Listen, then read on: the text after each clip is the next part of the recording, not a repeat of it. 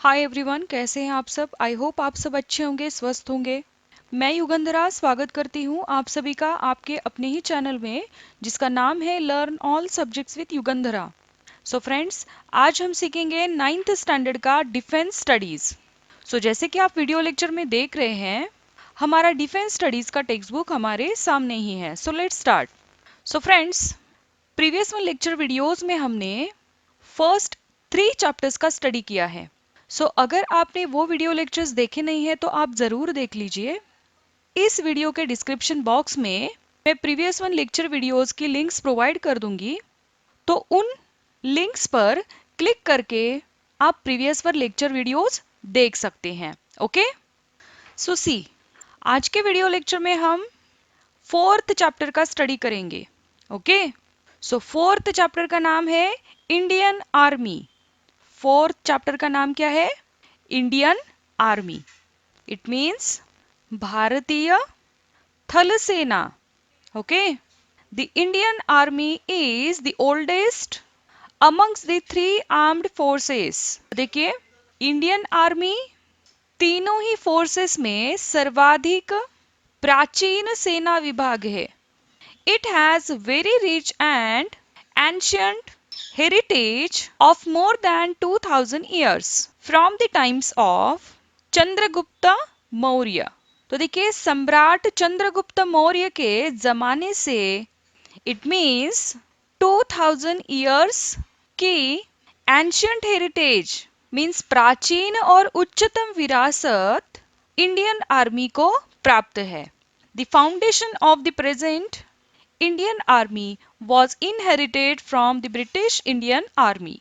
तो देखिए, आजकल के इंडियन आर्मी की फाउंडेशन ब्रिटिश इंडियन आर्मी के जमाने में डाली गई थी। Netaji Subhash Chandra Bose lead the Indian national army INA during the world war two fight for India's independence from British rule. तो देखिए, स्वतंत्रता पूर्व काल में नेताजी सुभाष चंद्र बोस ने भारत को इंडिपेंडेंस में स्वतंत्रता दिलाने के लिए आजाद हिंद सेना का नेतृत्व किया। Women also formed part of the INA। तो देखिए, उन्होंने इस फोर्स में, इस सेना में वुमेन्स को, महिलाओं को भी सहभागी किया था। Captain Lakshmi Swaminathan headed the women's wing. तो देखिए, कैप्टन लक्ष्मी स्वामीनाथन इस महिला दल की प्रमुख थी। Okay, next, role of the Indian army. The role of the Indian army is to safeguard national interest from external aggression and internal subversion. Towards this, it has to be ready to perform the following task. तो देखिए, external aggression means बाहरी आक्रमण और internal subversion means आंतरिक अशांति से national interest means राष्ट्रहित की रक्षा करना इंडियन आर्मी की महत्वपूर्ण भूमिका है, रोल है। Towards this, it has to be ready to perform the following task. देखिए, यह रोल सफलता से निभाने और फॉलोइंग टास्क के लिए आर्म्ड फोर्सेस को तत्पर रहना पड़ता है, रेडी रहना पड़ता है। तो अब हम जानेंगे कि वो टास्क कौन से हैं। First task is go to war to defeat an external aggression. देखिए, एक्सटर्नल अग्रेशन मीन्स बाहरी आक्रमण को नष्ट करने के लिए युद्ध करना और हमेशा सतर्क रहना। ओके, सेकंड टास्क है strengthen the internal security management to defeat internal threats. It means देश के इंटरनल थ्रेट्स मीन्स आंतरिक खतरों को रोकने के लिए इंटरनल सिक्योरिटी मैनेजमेंट को स्ट्रेंथन मीन्स सक्षम बनाना। ओके, थर्ड टास्क है next, project force wherever and whenever called upon two safeguard the Nations interest. तो देखिए, आवश्यकता के अनुसार राष्ट्रहित को संभालने के लिए आर्म्ड फोर्सेस का उपयोग करना। Next, to support the peacekeeping operations or military assistance to friendly foreign countries. It means friendly foreign countries means मित्र देशों के शांतिपूर्ण कार्यवाहियों में सपोर्ट करना, सहयोग देना. Okay. Next, render humanitarian assistance, disaster relief and aid to civil authorities. देखिए, humanitarian means मानवीय और प्राकृतिक आपदाओं के समय सहयोग करना, और सिविल अथॉरिटीज मीन्स नागरिक अधिकारियों की मदद करना, एक्सेट्रा. ओके.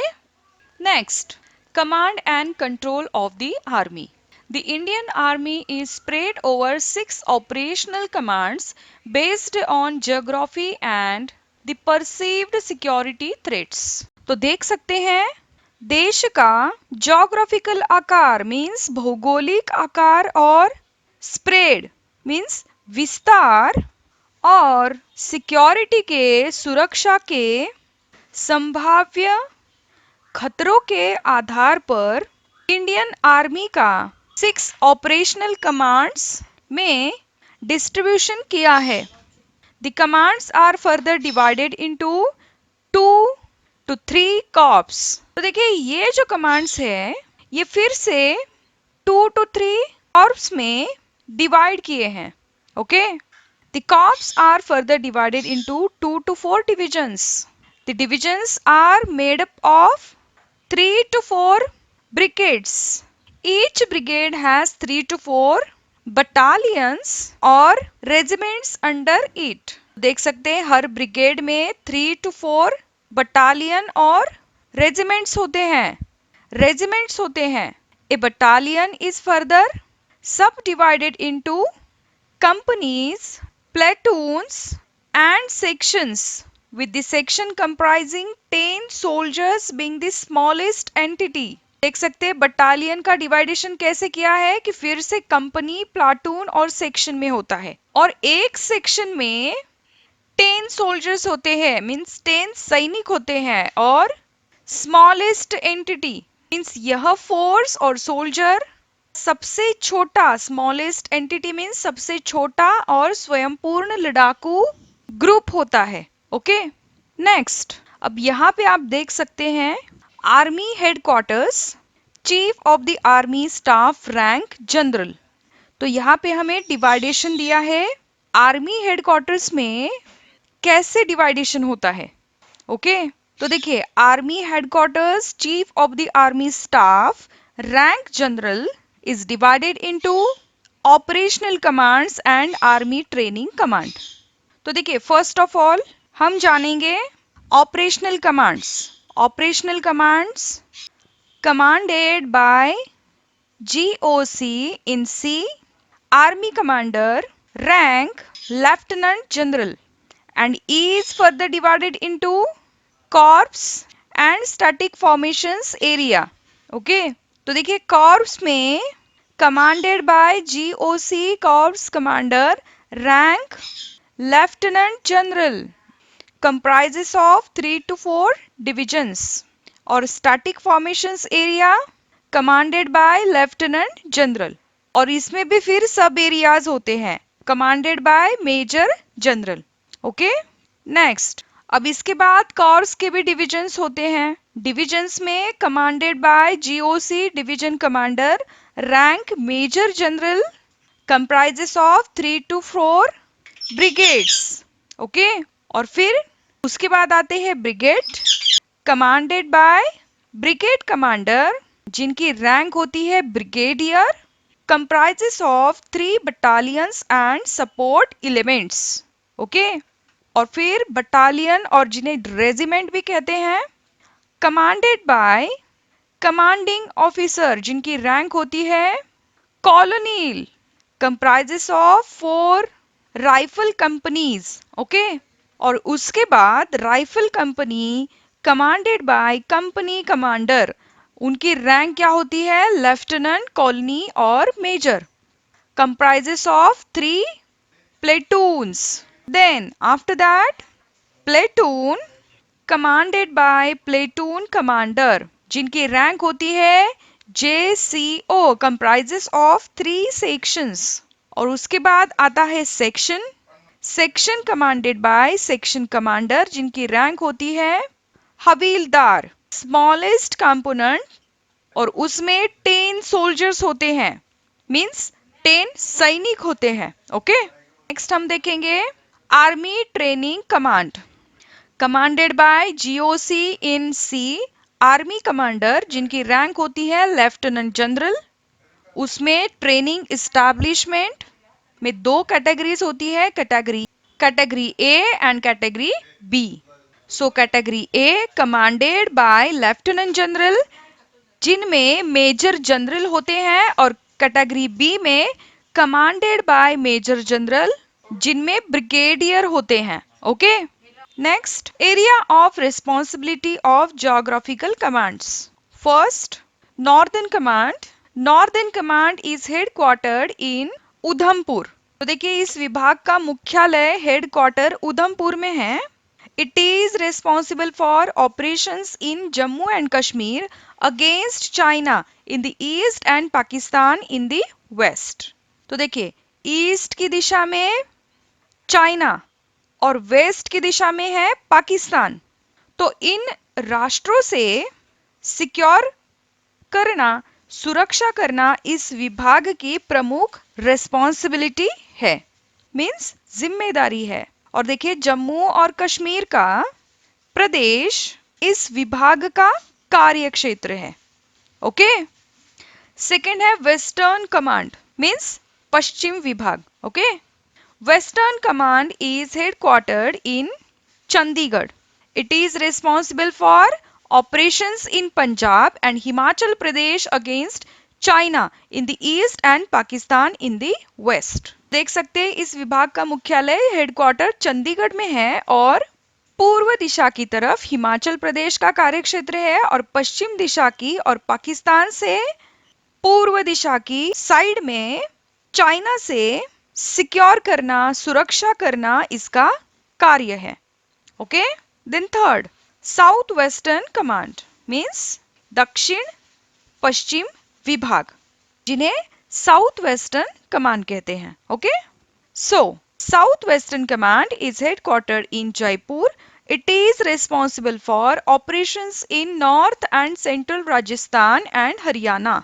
तो देख सकते हैं, इस विभाग का हेडक्वार्टर मुख्यालय कहाँ है? जयपुर में है, और नॉर्थ और मध्य राजस्थान और हरियाणा इस विभाग के कार्य क्षेत्र है। ओके, नेक्स्ट फोर्थ है सदर्न कमांड, मीन्स दक्षिण विभाग, जिन्हें साउथर्न कमांड भी कह सकते हैं। ओके, प्रोनाउंसिएशन डिफरेंट भी हो सकता है। Okay, southern command is headquartered in Pune. It is responsible for operations in south Rajasthan and Gujarat, Maharashtra, Goa, Karnataka, Kerala, Tamil Nadu, Telangana and Andhra Pradesh. देखिए, इस विभाग का हेडक्वार्टर कहाँ है? पुणे में है, और साउथ राजस्थान, गुजरात, महाराष्ट्र, गोवा, कर्नाटक, केरला, तमिलनाडु, तेलंगाना और आंध्र प्रदेश, ये इस विभाग के कार्यक्षेत्र है। ओके, नेक्स्ट फिफ्थ है सेंट्रल कमांड।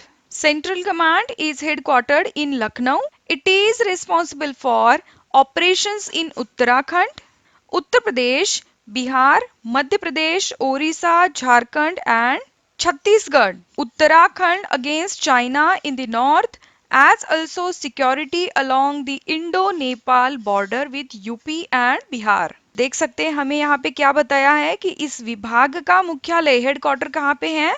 लखनऊ में है, और उत्तराखंड, उत्तर प्रदेश, मध्य प्रदेश, ओडिशा, झारखंड और छत्तीसगढ़ इस विभाग के कार्यक्षेत्र हैं। और उत्तराखंड में चाइना, तो उत्तर प्रदेश, बिहार में भारत नेपाल सीमा बॉर्डर, सुरक्षा की रेस्पॉन्सिबिलिटी, जिम्मेदारी मध्य विभाग की है।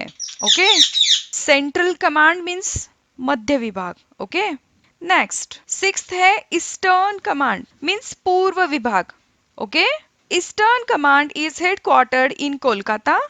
It is responsible for operations in Sikkim, Bhutan and Arunachal Pradesh, Nagaland, Manipur, Tripura and Mizoram, and also against China and security of Indo-Nepal, Myanmar and Bangladesh borders. देख सकते हैं हमें यहाँ पे क्या बताया है कि इस विभाग का ईस्टर्न कमांड का मुख्यालय हेडक्वार्टर कोलकाता में है और सिक्किम, भूटान, अरुणाचल प्रदेश, नागालैंड, मणिपुर, त्रिपुरा, मिजोरम इन क्षेत्रों की सुरक्षा इस विभाग की रेस्पॉन्सिबिलिटी है, जिम्मेदारी है। और उसी प्रकार भारत नेपाल बॉर्डर, म्यांमार और बांग्लादेश इन बॉर्डर्स की रेस्पॉन्सिबिलिटी भी इसी विभाग की है।